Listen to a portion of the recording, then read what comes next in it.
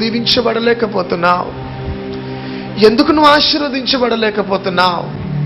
ఎందుకు ప్రయాసపడుతున్నావు, కష్టపడుతున్నావు, పరిగెత్తుతున్నావు, చెయ్యవలసినదంతా చేస్తున్నావు, కానీ still you are under the curds?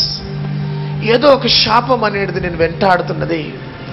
శాపము అనగా కష్టము ఎక్కువ, ఫలితం తక్కువ.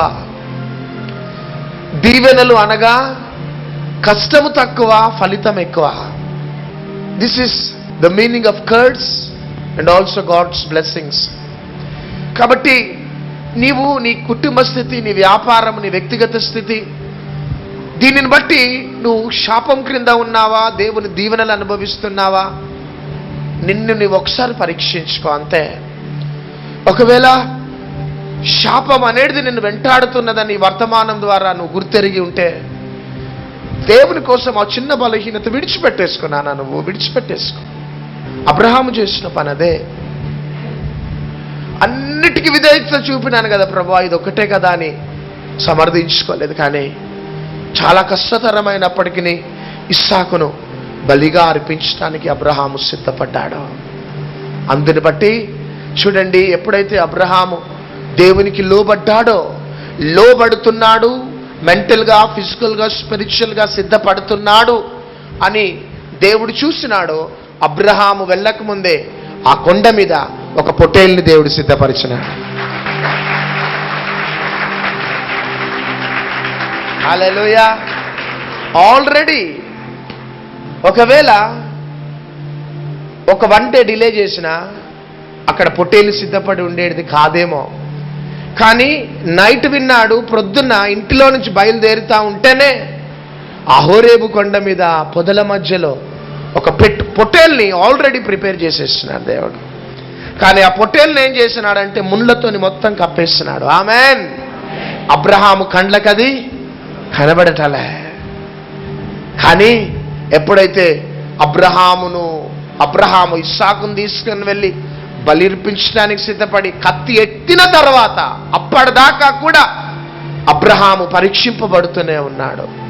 ఫైనల్ టైం దాకా, సెకండ్స్ దాకా కూడా దేవుడు పరీక్షించినాడు. ఆమెన్. అవర్స్ చెక్ చేస్తాడు, డేస్ చెక్ చేస్తాడు, ఇయర్స్ చెక్ చేస్తాడు, ఈవెన్ సెకండ్స్ కూడా దేవుడు చెక్ చేస్తాడు. ఫైనల్ సెకండ్ దాకా కూడా దేవుడు అబ్రహాము చెక్ చేస్తున్నాడు. అప్పుడు ఒకటే ఒక స్వరం, అంతే, స్టాప్ అయిపోయినాడు.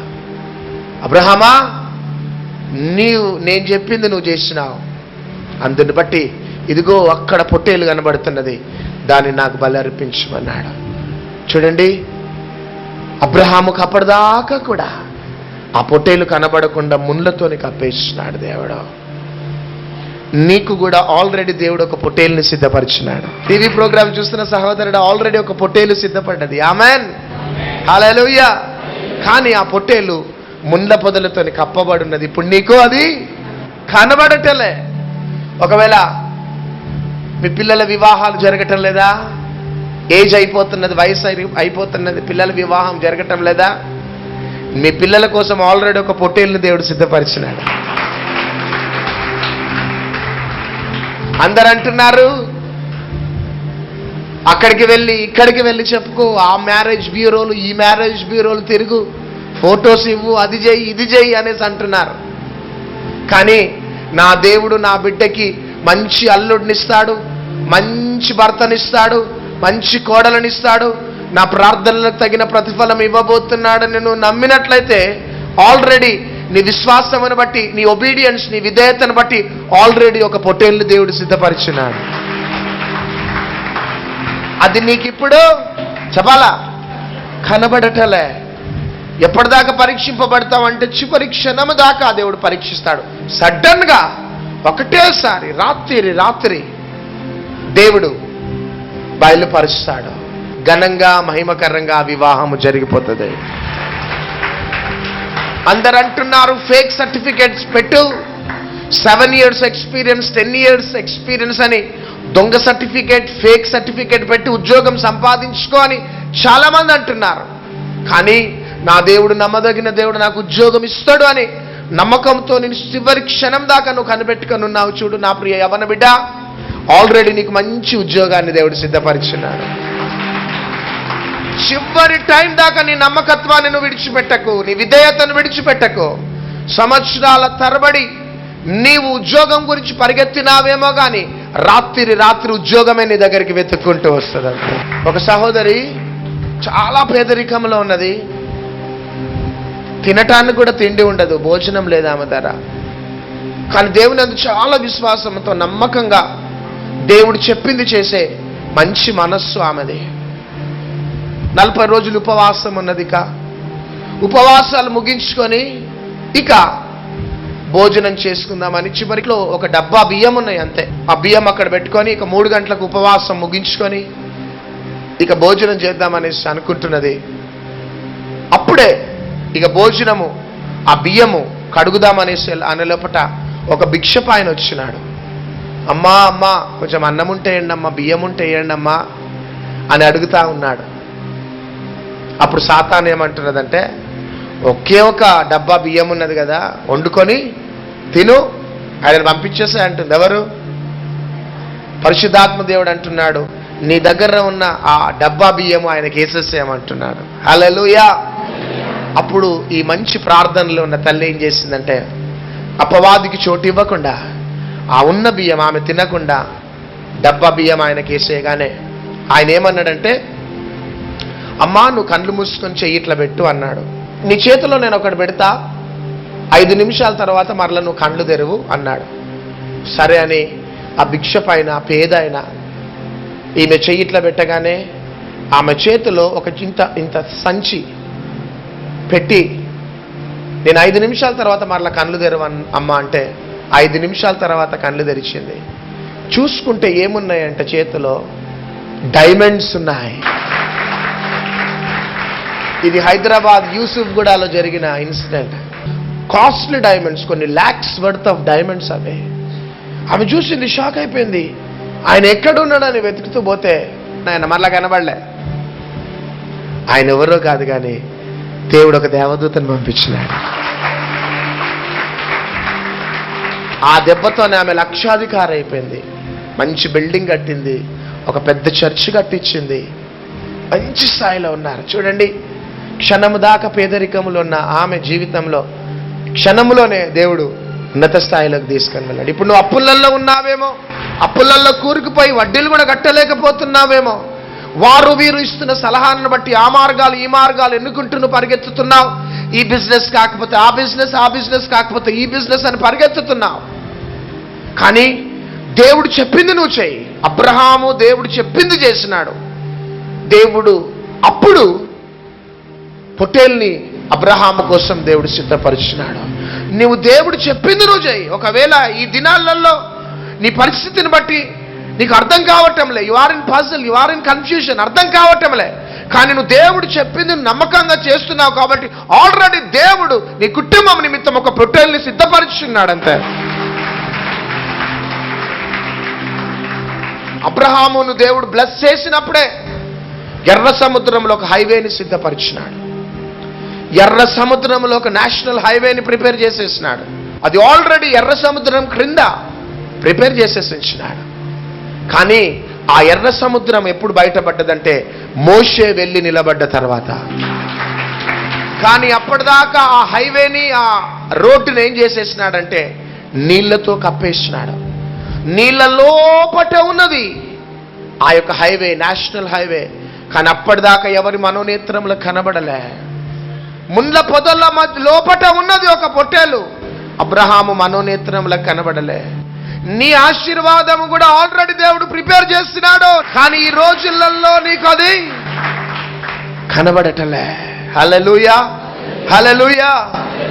నీ మనోనేత్రంలో కనబడటంలే, కానీ ఆల్రెడీ యు ఆర్ బ్లెస్డ్. నువ్వు దీవించబడ్డా. గర్భఫలం లేదా సహోదరి సహోదరుడా? ఆల్రెడీ నీ కడుపులో దేవుడు ఒక బాబుని పెట్టి ఉన్నాడు. ఆమెన్, హల్లెలూయా. ఇంకా ఏ సమస్యలతో ఇక్కడికి వచ్చినారు, ఏ సమస్యలతో ఈ టీవీ ప్రోగ్రాం చూస్తున్నారో, నీకు శుభవార్త ఏంటిదంటే నువ్వు ఒకటే పని చెయ్యి. దేవుడు చెప్పింది చెప్పాలా, చెయ్యండి అంతే. దేవుడు చెప్పింది నువ్వు చెయ్యి, నువ్వు చెప్పింది దేవుడు చేస్తాడు. అందుకని చూడండి, అబ్రహాము దేవుడు చెప్పింది చేసినాడు.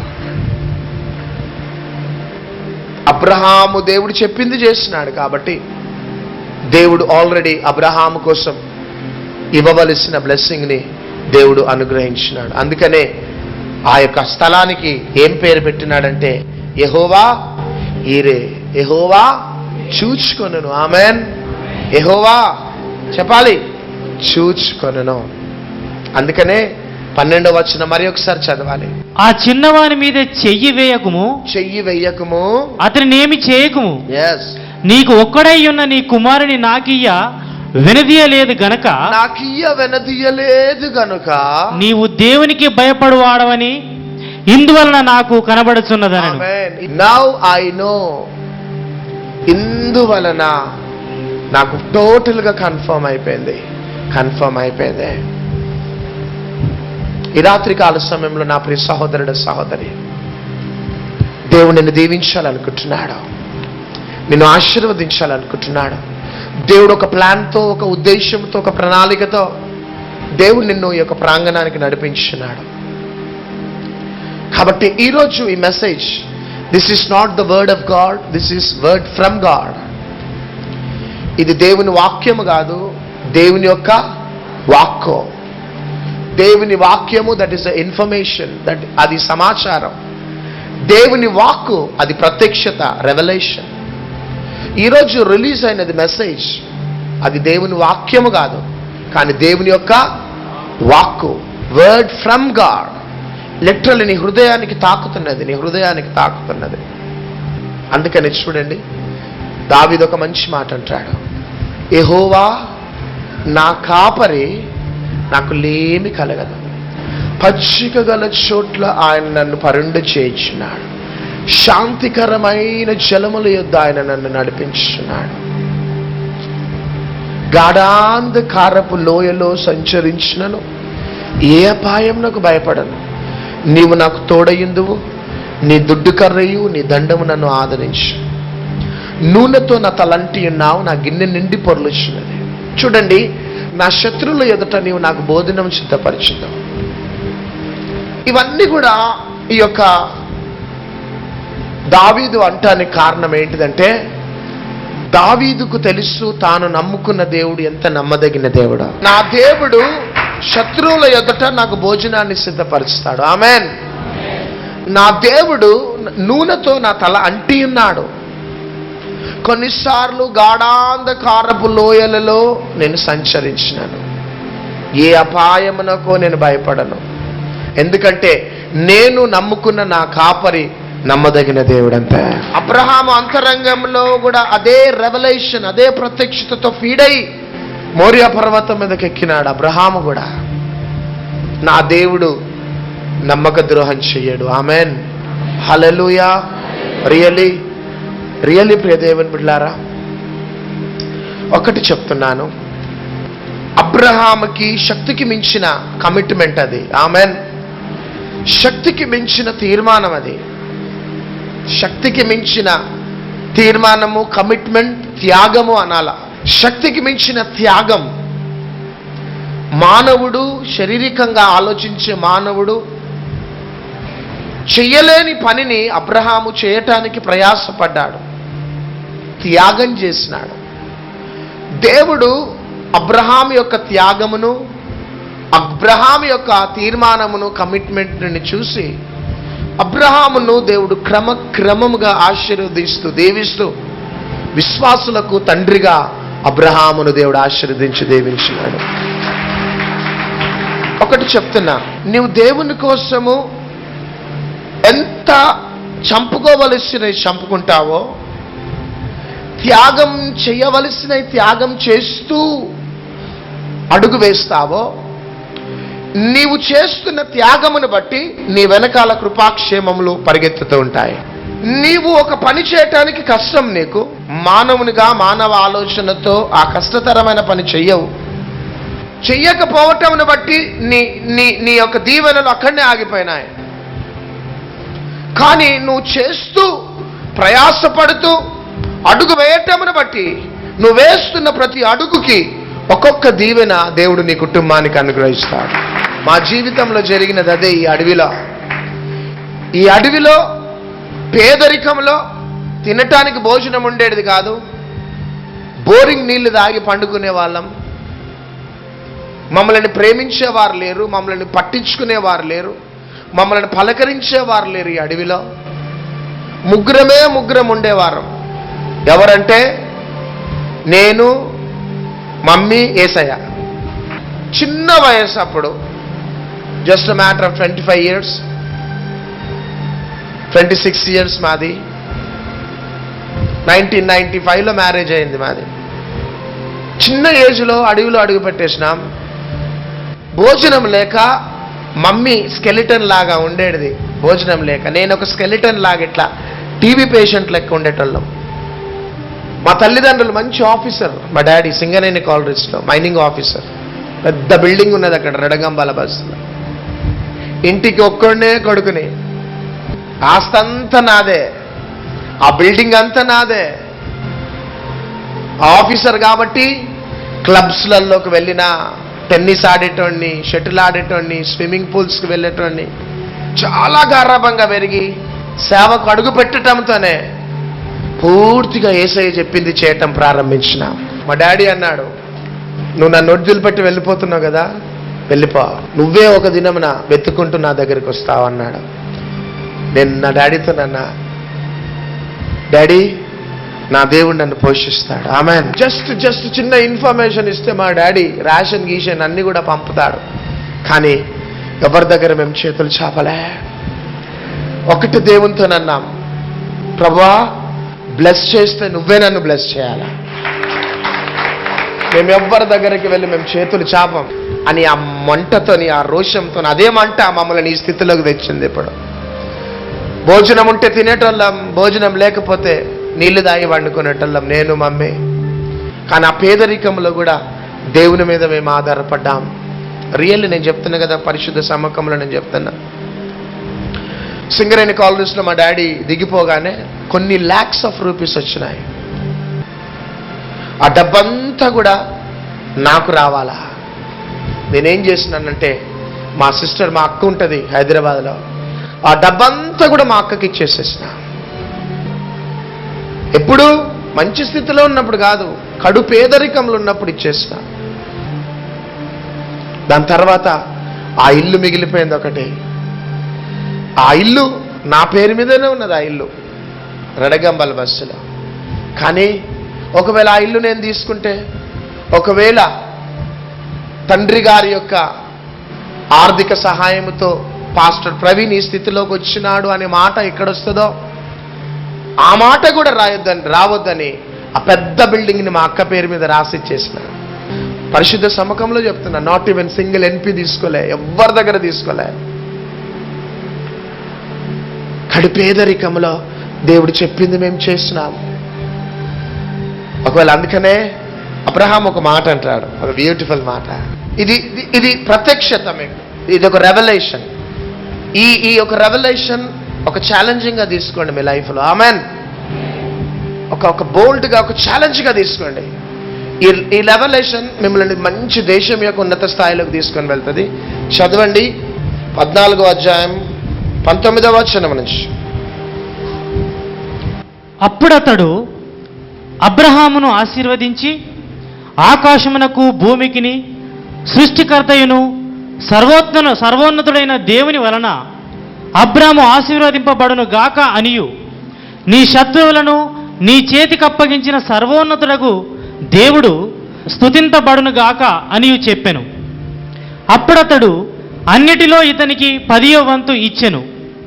సొదొమ రాజు మనుషులను నాకిచ్చి ఆస్తిని నీవే తీసుకొనుమని అబ్రాముతో చెప్పగా, చూడండి, సొదొమ రాజు మనుషులను నాకిచ్చి ఆస్తిని నీవే తీసుకొనుమని అబ్రహాముతో చెప్పగా, అబ్రాము నేనే అబ్రామును ధనవంతునిగా చేసినని నీవు చెప్పకుండానట్లు ఒక నూలు పోగైనను చెప్పుల వారనైనను నీ వాటిలో ఏదైనాను తీసుకునని ఆకాశమునకు భూమికి సృష్టికర్తయును సర్వోన్నతుడును దేవుడునైన యెహోవా ఎదుట నా చెయ్యి ఎత్తి ప్రమాణము చేసి ఉన్నాను. హల్లెలూయా. గట్టిగా చప్పట్లు కొడదాం.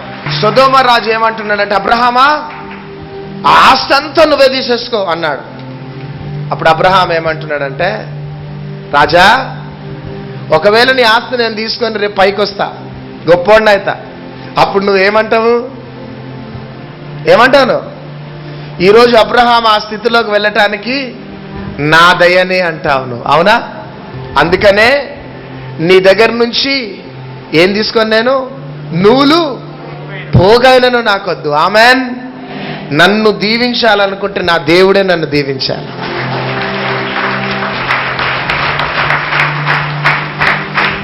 సేమ్ ఇదే విధంగా మేము మంటతో తీర్మానం చేసుకున్నాం, ఉన్న దాంట్లో తృప్తిగా ఉన్నాం.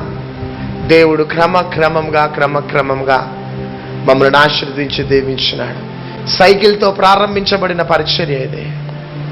సైకిల్, దాని తర్వాత వెస్పా స్కూటర్, దాని తర్వాత సెకండ్ హ్యాండ్ సమురాయ్, దాని తర్వాత క్రమక్రమంగా దేవుడు ఈ ప్రాంగణాన్ని ఇంతగా ఆశీర్వదించినాడు.